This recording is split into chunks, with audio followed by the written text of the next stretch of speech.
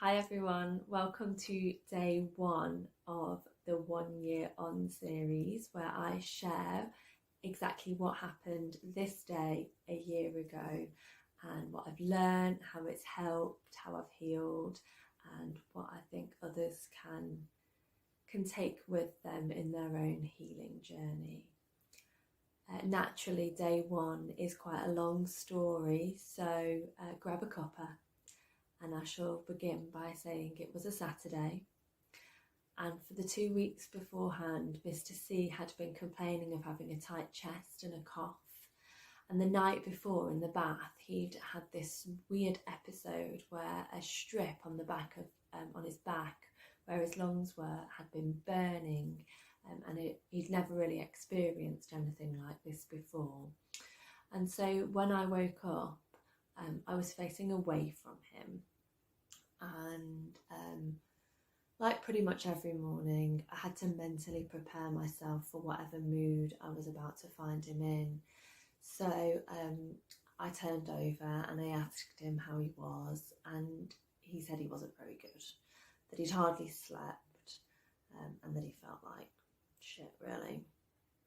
And with the news filled with this story about this weird Chinese virus that was sweeping across the world, and with the village just along from ours having been identified as one of the hot spots, I suggested that it was time to ring 111, which is our national non-emergency health number. And he was very reluctant to ring them, but I kind of calculated the risk and decided that it was in all of our interest for him to get checked out, really. And so I pushed him again to ring, and he did ring them. And when the doctor phoned him back, she said that she was quite concerned about his symptoms, and she arranged for him to go to an examination centre, which was located on an industrial estate not far from where we lived. So he got up and he got dressed, and he was obviously pissed off. He was stomping around. He was making it quite clear that he didn't want to be getting up and getting dressed, and he even said that it was ruining his Saturday, and that he had to go alone, and that was something the doctor had said it was important that he didn't take anybody with him, and that was something that he wasn't very happy about. So I reassured him. I told him that it was okay, that I knew he didn't like the doctors, that it was better to be safe than sorry. So off he went, and he called me to say that the doctors were quite concerned that it was this coronavirus, that they could hear something on his lungs and they were worried about his breathing, and so they were going to get another doctor to come and speak to him. And so I asked him what happened next, and he said that he might have to go to hospital to have this test.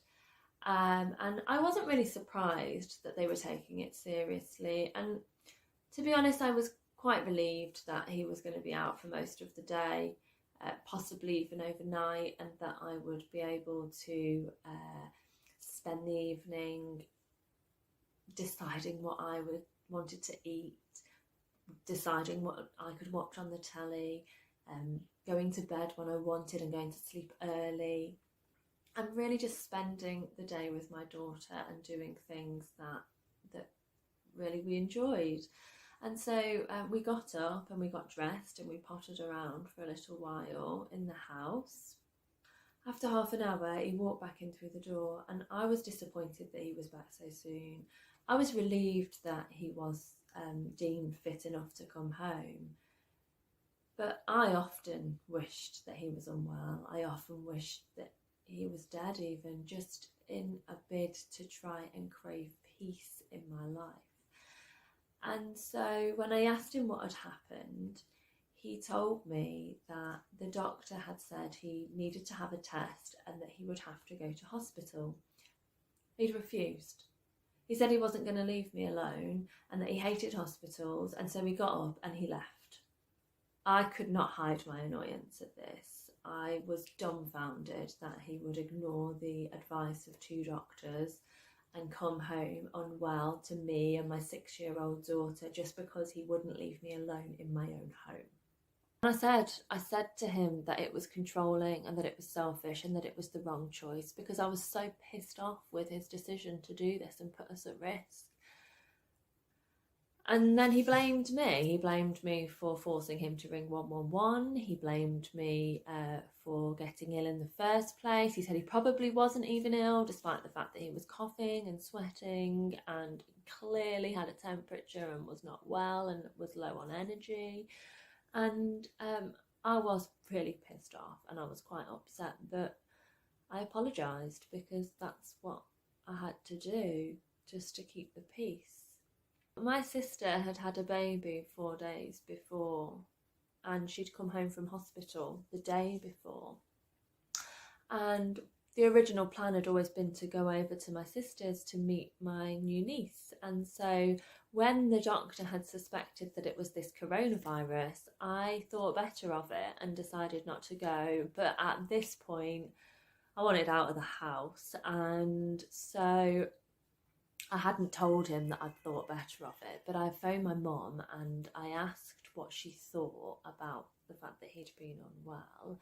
And it was decided that it would be okay if we went over, as long as we washed our hands. Now, knowing what we know now about coronavirus, it probably wasn't the right thing to do, and it certainly wasn't the safest thing to do. But we had very limited information. We were very much in denial about the seriousness of it. Unfortunately, nothing happened. It was decided that Mr. C wouldn't come. And so we got ready to leave, and he said he was going to take some tablets, get some rest, have some sleep. He apologised for snapping at me earlier, and he reminded me to be no longer than 2 hours and to not tell my parents anything that happened that day between us. And me and my daughter, we left. And 2 hours later, we came back and he wasn't there. And I went into the kitchen, and the newspaper that he'd bought to read while he waited for the doctors was on the kitchen table, and the dog was in her bed, and he wasn't there. And so I put the kettle on and I sat down and I phoned him, and he said he was in the pub and that he was finishing his drink and that he would be back in a minute. And so I made my green tea with honey, and I sat down at the kitchen table and I stared at the paper, and my daughter was sat opposite watching a video on my phone. And I just thought, the pub. This morning he woke up and he couldn't breathe. He'd been told by 2 medical professionals he needed to go to hospital. He had been coughing and spluttering and told me that he felt like death, and was using it as an excuse for being incredibly rude and insulting towards me. And now he was about to come in drunk, probably high. And so then I started to feel really anxious. I could feel the tension that had been building all day, like coursing through my body. And I knew he was on his way back. So when he got back, he came straight into the kitchen. I was sat reading the paper. I was staring at the paper, and I asked him how he was, and he just looked at me blankly and he shrugged his shoulders. And I looked back down at the paper and he slammed it shut. I tried to remind him that my daughter was sat there, you know, like with my eyes and with my hands, as if to say, not in front of her. He started shouting about how selfish I was, about how I didn't respect him, about how me and my family had banned him from going that day, about the fact that I was only there so that he would cook my tea, and that it was best if I just went over to my parents' house for the night. He said I didn't care that he was unwell or that I'd ruined his day. And I stood up and I left the room. I didn't want my daughter to hear what was going on, and I couldn't actually believe that he was having one of these outbursts in front of her. Usually he was very good at waiting until she was at her dad's or she was in bed before he really lost it at me, but today it was different. And so I ran up the stairs and he chased me like a madman, and he was shouting, and he started emptying the drawers and throwing things around. And I just couldn't believe how quickly he had descended into this level of rage and aggression. I had no desire and no energy to shout back. I had been in this circumstance so many times before, and I knew that it didn't help. And so I tried to go to leave down the stairs, and I don't really know how, but he managed to get there before me. And at the bottom of the stairs was our front door, and then there was another door that led through to the lounge and the kitchen where my daughter was. And he blocked my entry into the kitchen, and I calmly asked him to move, and he just stood there, and I stared into his eyes and they were black.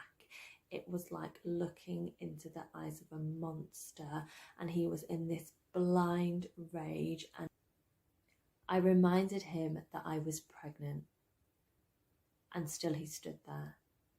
And I had had enough. In that moment, something clicked inside me, and I could see it. I could see everything for what it was. I could see the control, the anger, the selfishness. I could literally, like, I left my body and I could see this life, and it was not my own, and I just had enough. And I pushed him to the side as hard as I could, and I ran into the kitchen and I grabbed my daughter's hand and I grabbed my telephone and I told her we were going back to grandma's, and I headed for the front door, and he was still stood there up against the wall saying something about how mummy had pushed him. And before he could say any more, we were out of the door. We were at the car, and I put my daughter into the car and I buckled her seatbelt, and I daren't even look back up at the house to see if he was chasing us. And I got into the car and I turned on the ignition and I drove off, and I was literally just shaking with fear. The tears were streaming down my face, and I just felt a mix of anger, of fear, of relief, of shock at what had just happened. But I knew that even though it hadn't been like the loudest or the longest or the worst row by any stretch really, I just knew it was the last. And I just remember thinking that I couldn't let my daughter think that that was normal, and I certainly couldn't allow a baby to be born into such a toxic environment. Thank you for watching my first instalment of the 1 Year On series. Tomorrow we're going to be looking at a text message exchange that happened following this day's events. So if you would like to see that, if you'd like to get notifications of the videos, then either look in the link in my bio, look at the comments, or look at the post above, depending on what platform you're watching this on. And you can follow it all there. Have a great day. Bye.